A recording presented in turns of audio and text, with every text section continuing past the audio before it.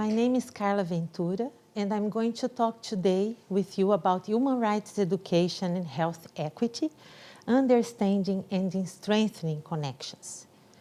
So in 1978, my grandfather, who was only 59 years old and retired, died of a heart attack inside of an ambulance in front of a hospital in the city of Ribeirão Preto, in one of the wealthiest regions of Brazil. The ambulance tried to take him to 3 other hospitals before this one, but none of them had a space for him. Unfortunately, lack of access to health services was a common occurrence at that time in Brazil. The right to health care was only limited to those who could afford it or who had a health insurance provided by their employers. This probably led to my grandfather's death because he did not fulfill either of these 2 requirements. From 1964 to 1984, the military dictatorship in Brazil had undermined human rights by decreasing investments in the social sectors, especially in education and health. This also increased human rights violations, but motivated civil society to create a social movement based on the values of social justice and equity, aimed at reclaiming citizens' rights and also restoring democracy in the country. As a result of this movement for sanitary reform, 10 years after the death of my grandfather, in 1988, a new constitution established health as a fundamental right and the responsibility of the state, with provisions to create a free, unified national health system. This system was implemented in 1990 with the purpose of fostering inclusion, citizenship, and health equity. However, providing health care to nearly 200 million people, Brazilians, with a restricted financial budget is no easy task. It is extremely challenging. Although healthcare utilization has become more equitable, we still have large income gaps between the rich and the poor, disparities in the social determinants of health, and differences in the quality of public and private health sectors. The public health system in Brazil is called SUS, Unified Health System, and it represents a great achievement and a possibility for us, Brazilians, to exercise our right to health. However, the experiences of people using this public health system are not always positive. This requires an increased understanding of how and why certain services have deteriorated in terms of availability and quality, leading to violations of our right to health. In Brazil, life expectancy at birth for women and men living in the richest regions is 5 years longer than for those living in the poor and less developed regions. This may have something to do with the availability and access to health care. For example, the number of doctors per 1,000 inhabitants is almost 3 times higher in the southeast than it is in the north of Brazil. So faced with so many inequities, we ask ourselves, do we really all have the same rights? After all, what does it mean to have rights?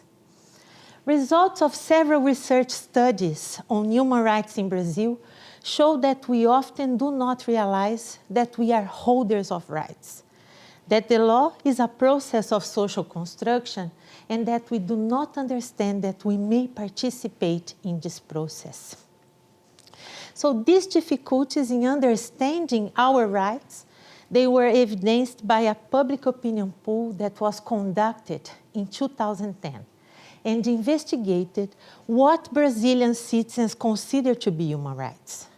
68% of the participants mentioned social rights, emphasizing the right to health and education.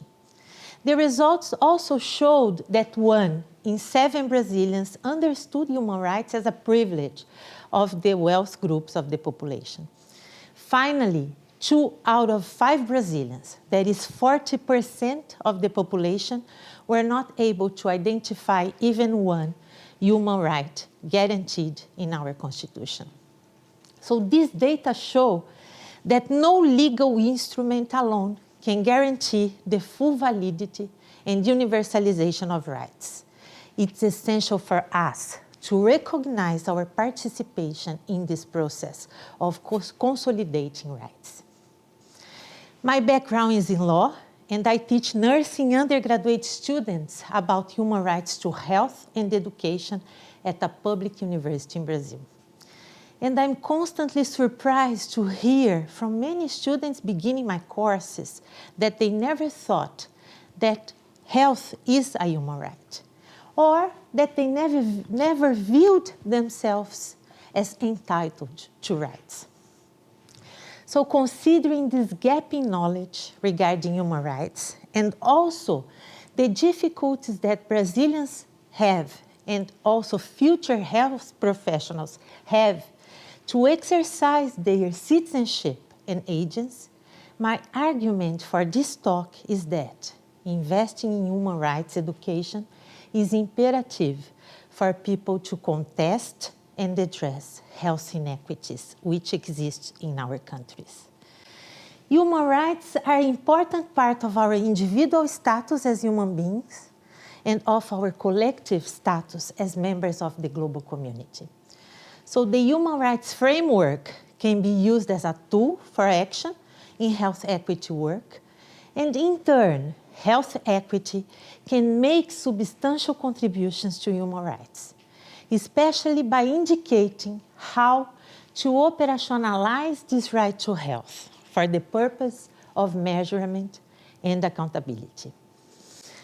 So the belief that there are strong connections between my work as a human rights professor and the health equity field motivated me to apply for the Leaders for Health Equity program.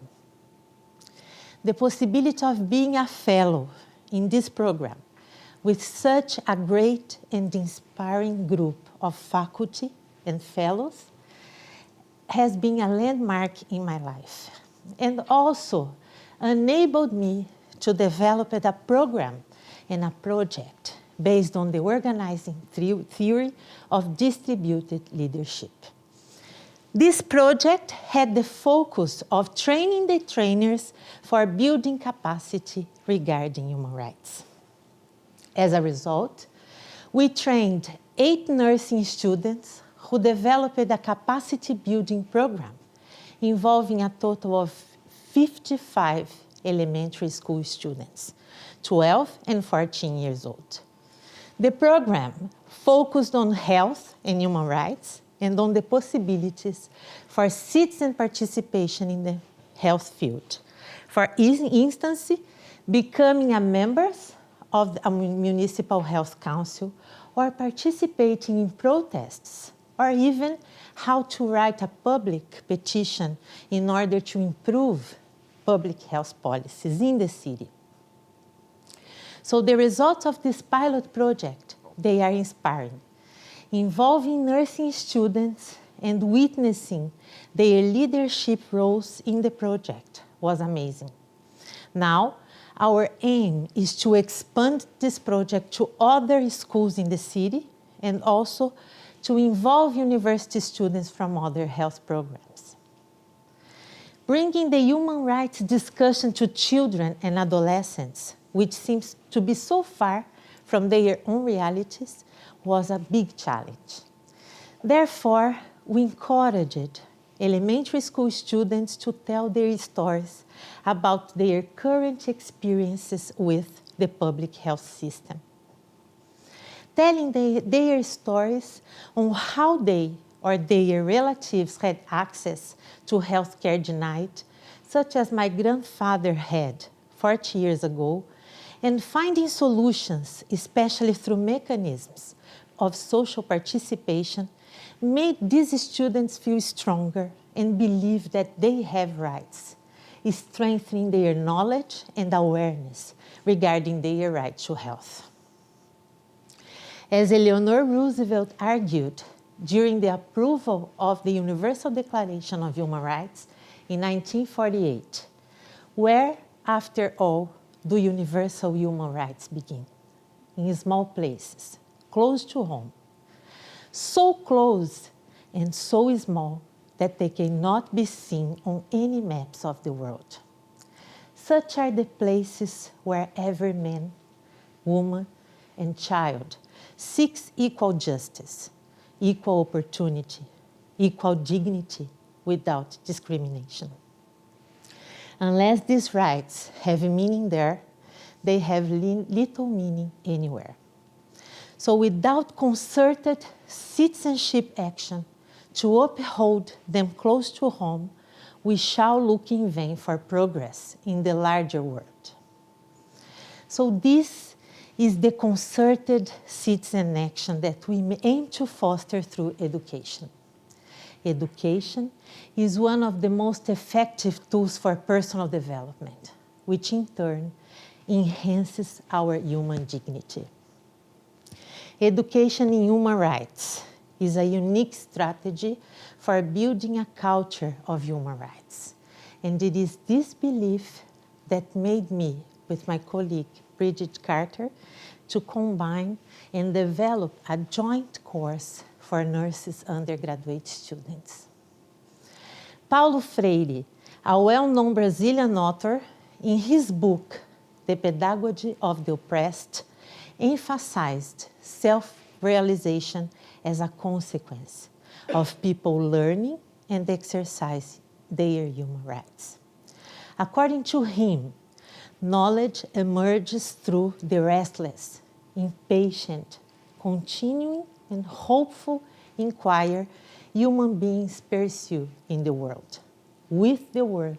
and with each other.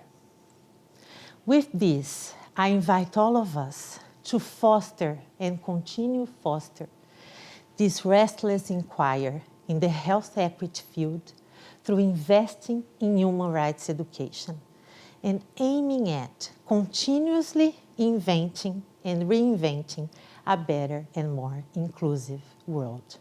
Thank you.